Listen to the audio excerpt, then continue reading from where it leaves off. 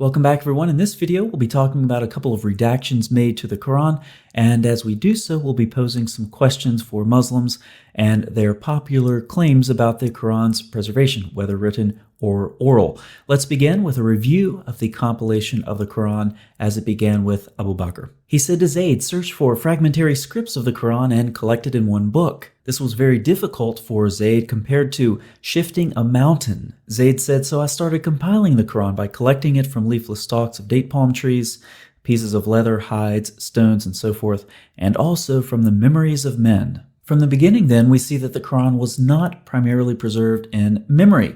Notice the diversity of sources that Zayd used. Leafless stalks of date palm tree, pieces of leather and hides, and from stones, and from memories. Surely the Caliph had the authority to simply call everyone who had memorized the complete Quran together. Just sit them down at a table, and as they recite, have Zayd record their words. But this isn't what happened. The Quran was in fragmentary form, explaining in part the difficulty of Zayd's task. Nevertheless, he finished his work, and the manuscripts of the Quran remained with Abu Bakr, and then Umar, and then Hafsa. Now let's fast forward to Uthman. Problems arose because of differences in the recitation of the Quran, so Uthman sent a message to Hafsa asking for the manuscripts that he would compile in perfect copies and then return them.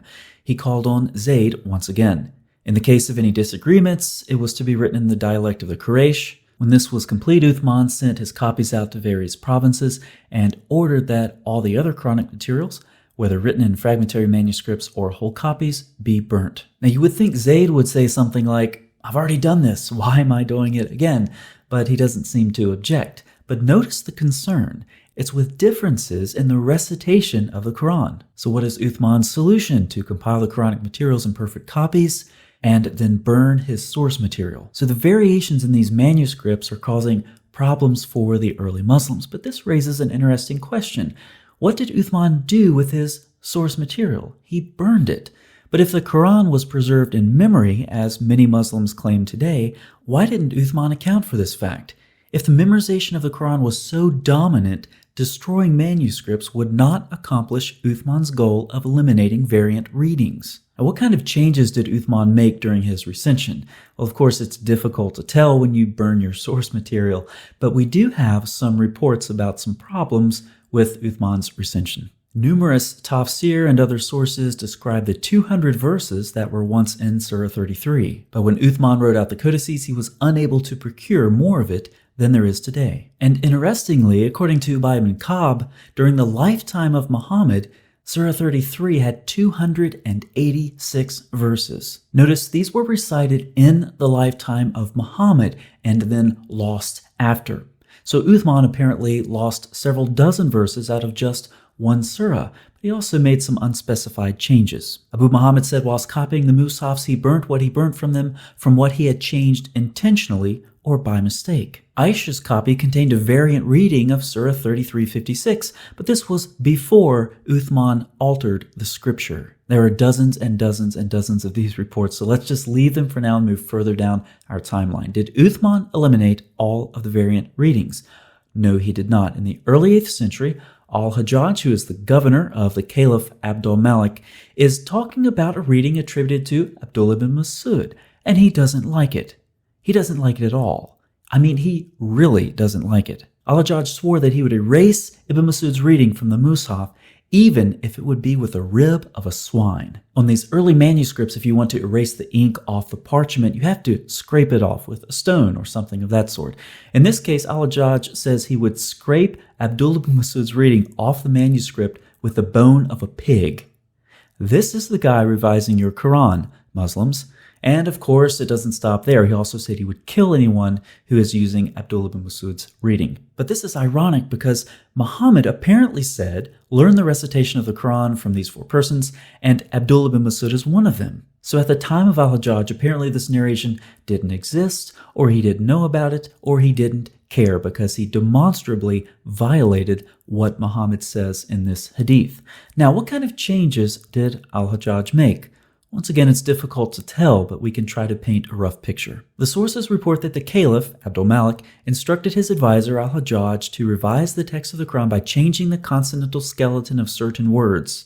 He also introduced vowels and diacritical marks for the first time. Sounding much like Uthman, the sources also report that any codex whose consonantal skeleton was not identical to that of the Umayyad Codex was recalled and destroyed. This would explain why little or no manuscript evidence has survived that would make it possible to verify the nature of any change or changes introduced at that time. Also, we have Al-Kindi and Abraham of Tiberias. They say that Hajjaj gathered together every last copy and caused to be omitted from the text many things. Kindi avers to his Muslim addressee that all that I have said is drawn from your own sources, and this would appear to be so, for we find notices in Arabic sources that Hajjaj ibn Yusuf wrote exemplars of the Quran and sent them to the chief cities, that he changed the wording or eliminated variant readings, or introduced diacritical marks into the text. So just like Uthman, al-Hajjaj destroyed the competing copies and then put his manuscripts into circulation. But his destruction was more widespread than Uthman's.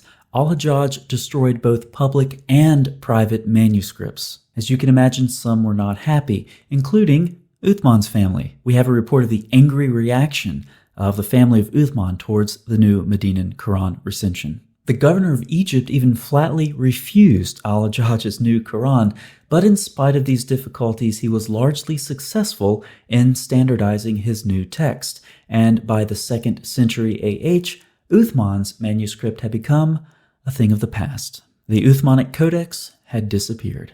We have a couple of questions that are relevant to the preservation of the Quran.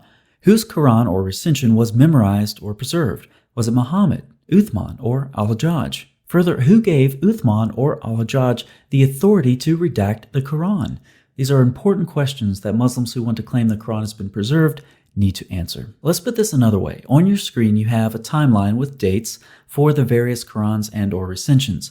Now, our timeline begins with Muhammad's death at 632, but there's very good reason for thinking that Muhammad was alive several years later. We have about 11 sources from the 7th and 8th century that indicate this. But we'll start with 632, so let's just go with that. Now let's ask some questions. Which Quran has been preserved along this timeline? If it's the one from Muhammad in 632, then why was Zayd's collection needed? And why was it so difficult to collect the Quran? Why did he need to collect it from so many different fragmented sources? How do we know Abu Bakr's Quran was reliable at all? Moving on to Uthman around 650, why was Uthman's standardization needed? Why repeat Abu Bakr's work done just over 15 years earlier? If the Quran was memorized as Muslims claim, then why the differences? And why did Uthman destroy manuscripts? If the Quran was memorized, this would have done no good. Who gave Uthman the authority to do this? What changes did Uthman make? Similar questions can be asked of al-Hajjaj in the early 8th century.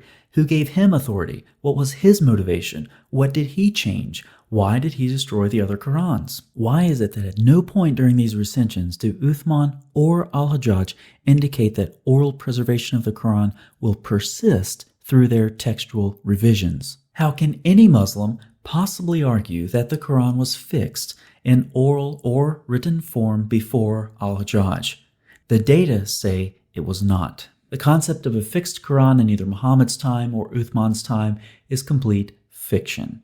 Now, there's more. Muslim scribes, just like other scribes, would count the words in their manuscripts as a way to detect errors in their copying. So let's look at some of these differences. With the verses, we do have a couple of abbreviations here. These just refer to the modern version with or without the Bismillah, depending on how many chapters you put that with. We also have variations in the number of words from about 77,200 up to 77,900, and consonants vary from about 300,000 to 363,000. Don't you wish we had word counts for all of those manuscripts that were destroyed? So Muslims, regarding the preservation of the Quran, which of these, if any, correspond to the memorized or the written Quran? One of them? All of them? What criteria do you use to choose between them? Which of these is the superior reading? We've been told there's only one Quran. Why all of these variants? Why all of these revisions?